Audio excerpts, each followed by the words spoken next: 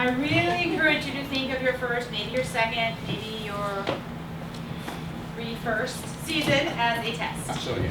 Because the thing is this is, we don't know what's going to sell. We are taking spaghetti and slap it on that wall, and some of those spaghetti noodles are going to stick and some are not going to stick. So the whole idea of your first season is to keep your expectations in control. Don't expect to make a profit, please. And just find out if your product has legs. Are people responding? What's wrong with it? What's right with it? How's the fit? What length chain is selling the best? What finishes are selling? We don't know. All the focus groups and friends and family and consultants in the world can give you a good feeling about which way to go, but the only way to know is when they take out their credit card and buy it. That's the real feedback that we're looking for, right? So you want as much feedback as possible from real customers, potential customers. Listen to what they say, but more importantly, notice what they buy. So I have heard designers, honest to gosh, say to me, how was your show? I say, how was your show? They go, it was great. I said, what did well? The jacket's got a lot of good feedback. I go, okay, what did you sell? I sold five sweaters. Okay. Can you pay ComEd with that good feedback? Because I don't think you can, right? Let's do some more sweaters. All right, so this truly is your research phase. So go into it saying, all I want to know out of this first season is what's working. What do I need to fix? Because let's take from the tech industry, okay? Minimum viable product. I have that beautiful phone that I love. You know, they don't come out with a phone with all the features the first time they do it. They come out with, it has this, this, and this. Tell us, people, what do you want? Oh, you wish it had that? Boom. You wish it had this. You listen, you add the features, and then the product builds itself based on the customer feedback. I really encourage us all to do that. Which is why I also say start with a small line. If you start with a small line of white shirts and everybody says, I like this, but if you had it in red and everybody's asking for a certain thing, you're going to do it. Probably. Again, there is a difference between vision and style. Like, okay, they want me to do a $49 shirt. That goes against my vision. I can't make that. Oh, they want it with Mother of Pearl buttons? That's just a matter of style. I can do that. That's fine, right? Doesn't matter to me what kind of buttons are there. If they like it, I'll do it. So don't expect to make money. Just gather information to improve your product and to move forward so you can pay your bills, support your family, support your team, and live a happy life. All right. If you are considering wholesale, selling to stores, I really suggest, as we mentioned, to start with boutiques. And they are easier to deal with for those same reasons. The buyer turnover is less. It's easier to get in. I will give you the steps to approaching a buyer, how to get in there. I mean, I can't tell you how to get in tonight, but I can tell you the steps to use that are working for people right now. Get a track record. Prove that you can ship a product on time of good quality that fits. Prove that your stuff is not falling apart. Prove your fabrics are not pilling. Like, these are all the things that you gotta know in the test phase. Okay, you might be calling it my first season, but I'm thinking of it as your test phase. Okay, it's like a new website being in beta, getting the kinks out. When you're getting it out on people who are actually buying the product. Okay, so perfect the quality, perfect the fit, get your systems in place. What happens? I got an SOS call the other day from a client. And frankly, it's her second season. I'm surprised we haven't been through this with her, but she said, Jane, a lady wants an RA number because she says something's not working. What is that? I said, it's a return authorization. She goes, well, I'm not gonna, nobody else has asked to return it. I'm not gonna return it for her. I was like, whoa, wait a minute. You're a partner with this company, you know? You sell to them, they've been treating you okay. Let's find out, what is it? What's wrong? Is there a flaw?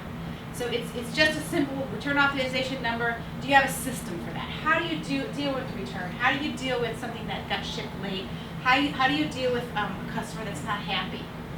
Right? Those are the kinds of things that you won't know exactly how you deal with it until you start doing it. You'll have maybe a little plan in the back of your mind. Things come up you didn't think about. Okay? How are you going to handle customer service? I have to say, I've launched online products, and in my store too, programs or pilot things like, oh, we'll do some closet shopping for you, or we'll do this, or we'll do that, having no idea how much customer service time that was going to take, or how difficult those clients were going to be, right? And so sometimes it comes into, okay, now that I've been selling, I'm noticing when I sell a $150 watch, I can sell more, but the people are such a nightmare to deal with. I'd rather sell fewer $900 watches and deal with those clients. Like, so many things to learn that we just don't know, and there's no way to plan. You can plan to death, but until you take the action and you do, we won't know the answers, okay? So understand your production capability. Things are going great, like the client that has sold over 1,000 pieces in the first less than a year. Can you do it? Can you take more orders? Where are you gonna go? How fast do you wanna grow, or can you grow? When you're gonna sell, you're gonna need a line sheet, which is simply sketches or likely photos of your pieces. The prices on there, wholesale prices, minimum orders, what terms you take in payment, delivery dates. You're going to need your own purchase order. And I can also, the course has purchase order samples. I'll show you it here, but I can email you guys the template of this PO. Make it your own. We don't want all the POs to look exactly the same. The order form or purchase order, I call it the same thing. And this is where a store writes the order. You have your own, like, Jane brand purchase order, and the boutique will use that to make up an order. If it's a bigger company, they have their own POs or they have their own system that they put it through, but a small boutique uses your PO. And understand what you can handle. I've heard so many people say, well, what if I get too many orders? Well, you're not, because we're going to sit down right here and we're going to talk about who do you have who can make this? Who do you have who can make this? How could, what you can say, and then you go to market. Let's say that things were different and you went and you had good volume, and you would already know, look, my guys can only handle 150 pieces, so if I've sold those 150, I have to stop. And so once you know those things, you can feel much more comfortable selling. A lot of us has the opposite problem though. How do I get the orders? Is a more typical problem, but both come up.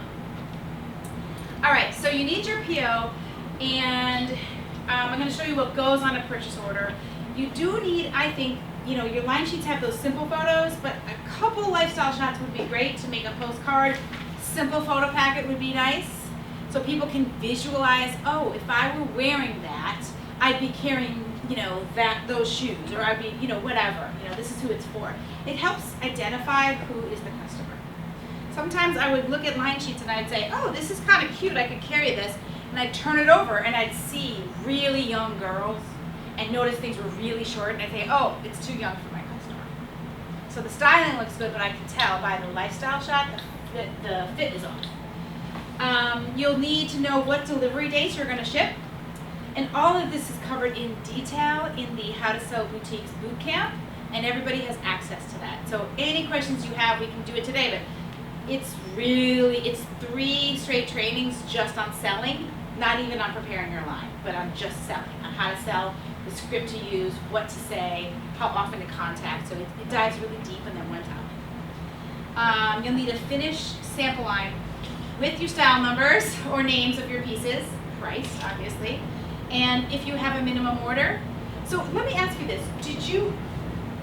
The problem that you had was that the people were wanting to order like 6 bags or a small amount, right? And why did you have minimums higher because of the minimums for the factory? Yeah. Okay. And I had to change. I realized I had to change immediately. Trade show was 3 days, and I kind of felt I'm getting all this traffic and people were coming in. Yeah. But I tell them my minimum, I think I'm doing good because I didn't understand the show, of course. It's just a bunch of small boutiques.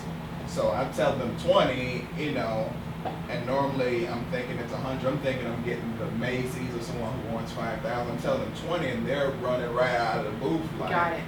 So the strategy I used then, which was a little bit too late, is if I can get at least 4, though a few that came in before, and do 3 a piece, I can make my minimum, have a few extra to sell online, and I'm up and going. So. Like we were saying, like how do you meet that minimum? I think you were asking. We're saying, well, because you have more than one trade show and you have different sales avenues, or at least multiple sales avenues of the same one.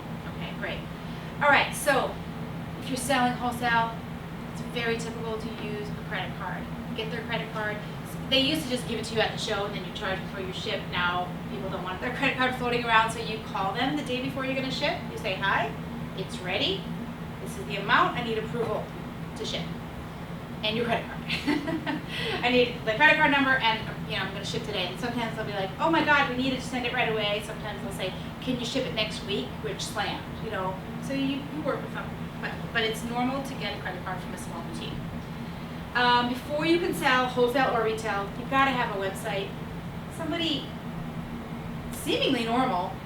Like, I don't really see my direct messages on Facebook very often, and sometimes I miss them and it's been days, but I got one that said, Jane, I took your course, I'm doing everything you say, I don't have my website up yet, but blah, blah, blah. And I was like, whoa. You don't have a website, okay? So it doesn't have to be fancy, it doesn't have to be more than even the landing page, remember? We warned about that, but the store's gonna get your stuff. The first thing, if they're interested, they're gonna go straight to your site. If there's no site, and there's just a Facebook page, they're gonna say, she's not a player, she's not in the game, okay? Attach your purchase order to the back of your line sheets. As a retailer for so many years, I would never have known this for a designer, but as a retailer for so many years, I'd be like, oh yeah, I'm gonna write that up. Where's the damn thing? I don't know, I'll just do it later. I don't have my own purchase order sometime, I didn't have it handy, or it's midnight, or whatever. If every time you email a line sheet to somebody, the back sheet is a PO, is an order form, it's great. Please do that. Please, also, big tip, as a retailer, I'm not that organized. I mean, you can see how I work, right? There's stuff, this is typical of a retailer or creative person. I get the line sheets, I print it out to look at later. I end up doing this, and this one's here, and I go, oh, that's cute, I'm gonna get that. Oh, it's $89, whose is this? No idea. So every single page has your contact info. I know that seems silly and basic, but it must have happened to me 100 times in the course of 14 years that I wanted to order something and I didn't know what brand it was. And of course, from the designer standpoint, they're thinking, what's the big deal? I sent you 3 pages, but... okay, so as far as delivery dates, real quick, the way that works is it's the typical way to talk about it is I'm shipping 7:30, 8:30, 10:15, and so that means July 30th, August 30th, October 15th. And it means you'll say it's a 10/1, 10/15. Start date 10/1, 10/15X. So it means you have to ship before the 15th. So you can start shipping on the 1st and you have to ship by the 15th. If I were you, every time you take an order or you hope to get an order and you say, oh, it's an 8:30 ship, your mind is not thinking 8:30, it's thinking 8:15, period. Okay? So 15 days before the ship date is your actual date you want to ship. I didn't do that when I had my wholesale line, and it ended up for a really lot of late nights and stress and unnecessary stupidity. So the 15th, it should be at the store. I would want to ship it on the 15th. So if it's 8:15, 8:30, you can start shipping on the 15th. And it would be at the store as long as it's at the store by the 30th. No, it's by when you can't control when it's going to get there. So it's when you just ship. tell them. X that. factory. Okay. Leaves New York, leaves Chicago, leaves LA. Yeah. I've heard places like say Macy's, they want it say September 1st at 10 o'clock in the morning. And you have Yeah. I've heard some stores are that strict about it. Like what day that it lands, right? Yeah, it needs to be here Monday in the morning. Right. Yeah, I don't know. I didn't have that experience. I don't hear much like that, but hopefully we're starting little and not going right there. I mean, my first order was from Macy's. That is not a recommended path. Right. It was. I mean, I was in the weeds. It worked out, but it was tough. And I mean, I probably wouldn't turn that order down again, but I would really have. I mean, I know so much now that I didn't know. I probably would have gone to somebody who could walk me through the process. I didn't have to figure it out trial and error. So I don't know the answer to that. But I do know their shipping parameters are incredibly strict and insane. But they're not insane if you're in the business and that's what you do all day. But for a regular person who has a job, I mean, by the time I was shipping wholesale later, I had a partner for the wholesale line, not the whole business, but for this one part. And he had a whole shipping department. And I was like, hey, Scott, here you go. Here's the book. And he's like, got it. And that was it. So at that point, it was a bigger company. I didn't have to worry about it. So I don't know. Okay, if you have a minimum order, great. If you don't, I am not a big fan of minimum orders as a retailer for so long. I would see something I liked, but I wasn't sure if it was a fit or maybe it was a new direction. I'd say, you know what, I just want to try 6. And people would be like, well, we have a 10-piece minimum. Well, I'd like to try 6. Okay, if it worked for me, I'd go right back in and double that order, triple that order. So, you know, a minimum order is if you need that for some reason. It doesn't make you look low budge if you don't have a minimum order. You can just say, hey, no minimum, try a few. And then it's a way to get in. I would do it, if you can. As far as payments, it's credit card, or maybe you're gonna do net 30 terms, maybe you're gonna do something else that I'm not as recommending, but PayPal is usually just for consumers, not business to business. So if you meet a buyer, you don't say, oh, you pay through PayPal. They'll be like, what? I don't have PayPal. Most of them are not down with that. They're not big fans. Okay, so as far as your website, simple, clear. Please put your contact info easy everywhere. On the website, when they do studies, 50% of the people like that little box that you fill out the form. 50% want just the info, no box. So I suggest you do both. Hey, here's where you can meet me, come greet me, or fill out the box, okay? Selling photos, include the order form, professional photo shoot, unless you have an accessory that can really come out nice and you got somebody who can do that.